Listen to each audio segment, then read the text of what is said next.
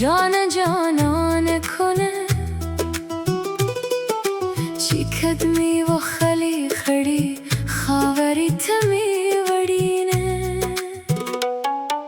چی میں دی سخت یار خبرگی جان جانان کنه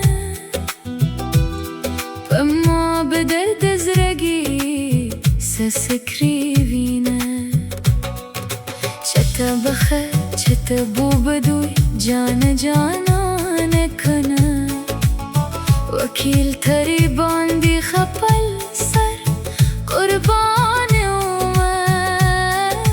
ویرکیه یه تونه کمه نایم جان جانان کنه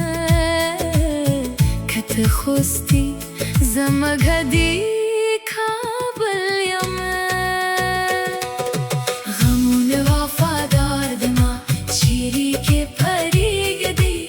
چیکو میخواد دلارشم دو اسم را سرزه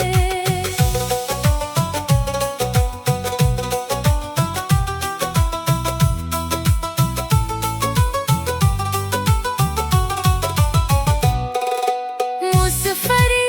زرخارتی جان جانان کنه پکی میزره غواهی اشنادی خاردینه تاسو خوشحاله در زیگی جانان کنه زچه جوندی بام دوره وانکی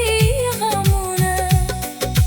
اختر خوبیه او کلی راغلو جانان کنه بیلا تخله دگرانه یار اخترونه پوغم وارد زار ماین دی جانان کنه گاگر باگر تره هر زاری که خاند کوینه غمون وفادار دما چیری که پری گدی چیکو میخواد دلارشم دو اسم را سرزه دزر بدرد باندی اخته یم جانان کنه استی وکیل تبی بیرگران دی علاجونه غمون وفادار دما چیری که پری گدی چیکو میخواد دلارشم دو اسم را سرزه غمون وفادار دما چیری که پری گدی چیکو میخواد دلارشم